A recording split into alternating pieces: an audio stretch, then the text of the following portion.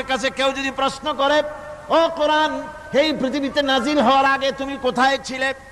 কেউ যদি প্রশ্ন করে, কোরআনে কারীম নিজে নিজের পরিচয় শোনায়, আমি কোথায় ছিলাম শোনো। বাল হুয়া কুরআনুম মাজিদুন ফি লাউহিম মাহফুজ, বরং এই কিতাব অতীব মর্যাদা সম্পন্ন সুরক্ষিত ফলকে লিপিবদ্ধ ছিল, আমি ছিলাম লৌহে মাহফুজে, সেখান থেকে এসেছি। যদি কেউ প্রশ্ন করে, কোরআন কি কোরআন, তুমি কার উপরে অবতীর্ণ হয়েছ? জবাব কোরআন নিজেই দেয়, ওয়া আমিনু বিমা নুজিলা আলা মুহাম্মাদ ওয়া হুয়াল হাক্কু মির রাব্বিহিম। ঈমান আনো সেই জিনিসের উপরে যেটা মুহাম্মদ সাল্লাল্লাহু আলাইহি ওয়াসাল্লামের উপর অবতীর্ণ হয়েছে। আবার অন্য আয়াতেও জবাব পাওয়া যায়, তাবারাকাল্লাযী নাযালাল ফুরকানা আলা আবদিহি লিয়াকুনা লিল আলামিনা নাযীরা। অতীব বরকতপূর্ণ মহান সত্তা সেই আল্লাহ রাব্বুল আলামিন, যিনি তার বান্দার পরে ফুরকান অবতীর্ণ করেছেন। সুবহানাল্লাহি বিহামদি। কোরআনের নাম আমি বলেছিলাম শুধু কোরআন নয়, অনেক নাম আছে। কোরআনের আরেক নাম ফুরকান। কোরআনের আরেক নাম কি?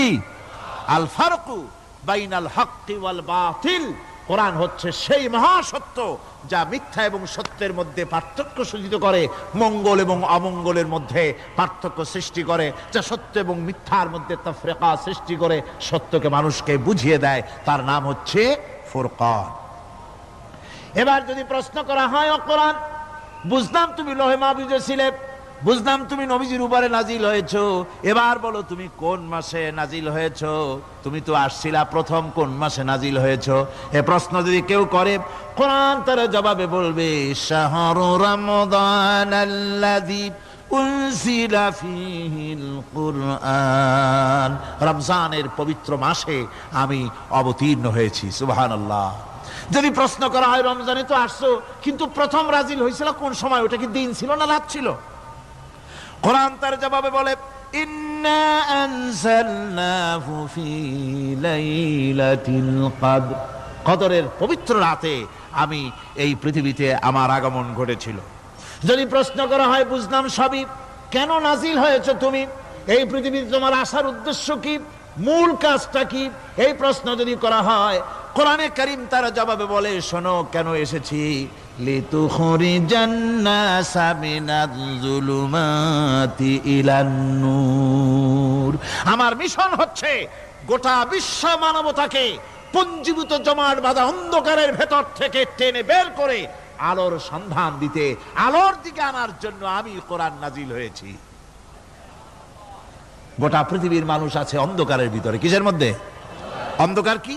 অন্ধকার হচ্ছে পুঁজিবাদ, অন্ধকার সমাজতন্ত্র, অন্ধকার ধর্ম নিরপেক্ষতাবাদ, অন্ধকার জাতীয়তাবাদ। মানুষের তৈরি করা যত মতবাদ সব কি? জোরে কোন, সবগুলি কি? অন্ধকার। এই অন্ধকারের ভেতর থেকে মানুষগুলিকে টেনে আনবে কোরআন কিসের দিকে? আলোর দিকে।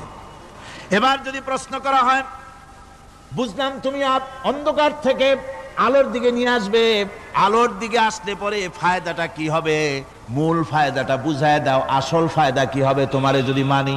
কোরআন তার জবাব দেয়, নিজের পরিচয় নিজে তুলে ধরে, ফামান তাবিআ হুদায়া ফালা খাউফুন আলাইহিম ওয়ালা হুম ইয়াহজানুন। এই কোরআনকে যদি মেনে চলো, এই কোরআনের আইন যদি মানো, সমাজে মানো, ব্যক্তিতে মানো, পরিবারে মানে, রাষ্ট্রে মানো, জীবনের সব ক্ষেত্রে সমস্ত জায়গায় যদি এই কোরআনকে মেনে চলো, ফালা খাউফুন আলাইহিম, তাহলে তোমাদের কোনো ভয় থাকবে না, ওয়ালা হুম ইয়াহজানুন, কোনো চিন্তাও থাকবে না। কিসের ভয় থাকবে না? কোরআনের আইন মেনে যদি চলো সমাজে ও রাষ্ট্রে, চুরির ভয়, ডাকাতির ভয়, জিনার ভয়, হত্যার ভয়, সন্ত্রাসের ভয়, কোনো ভয় থাকবে না। ওয়ালা হুম ইয়াহজানুন, চিন্তাও থাকবে না। খাওয়া পড়া, শিক্ষা, চিকিৎসা, বাসস্থান, এগুলির কোনো চিন্তা থাকবে না। কোরআনের সমাজে সব কিছুর গ্যারান্টি দেওয়া হবে, সবগুলি পেয়ে যাবে। এখন যদি আবার প্রশ্ন করা হয়, কোরআন বুঝলাম তোমারে মানলে পরে সব ফায়দা হবে, তাহলে এবার জবাব দাও, তোমার ভিতরে কি রাজনীতি আছে নাকি? আমি তো মানুষ, আমার রাজনীতি করা লাগে।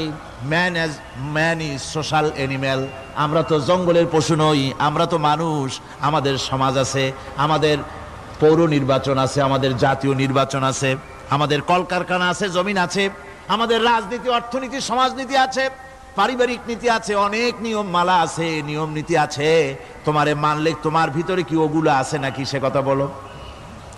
কোরআন তার জবাবে বলে وَنَزَّلْنَا عَلَيْكَ الْكِتَابَ تِبْيَانًا لِكُلِّ شَيْءٍ وَهُدًى وَرَحْمَةً وَبُشْرَى لِلْمُسْلِمِينَ। কোরআন জবাবে বলে শুনে রাখো, শুধু অর্থনীতি সমাজনীতি নয়, শুধু রাজনীতি আর শিক্ষানীতি যুদ্ধনীতি নয়, তোমার জীবনে যা কিছু দরকার, ইহকালে যা কিছু দরকার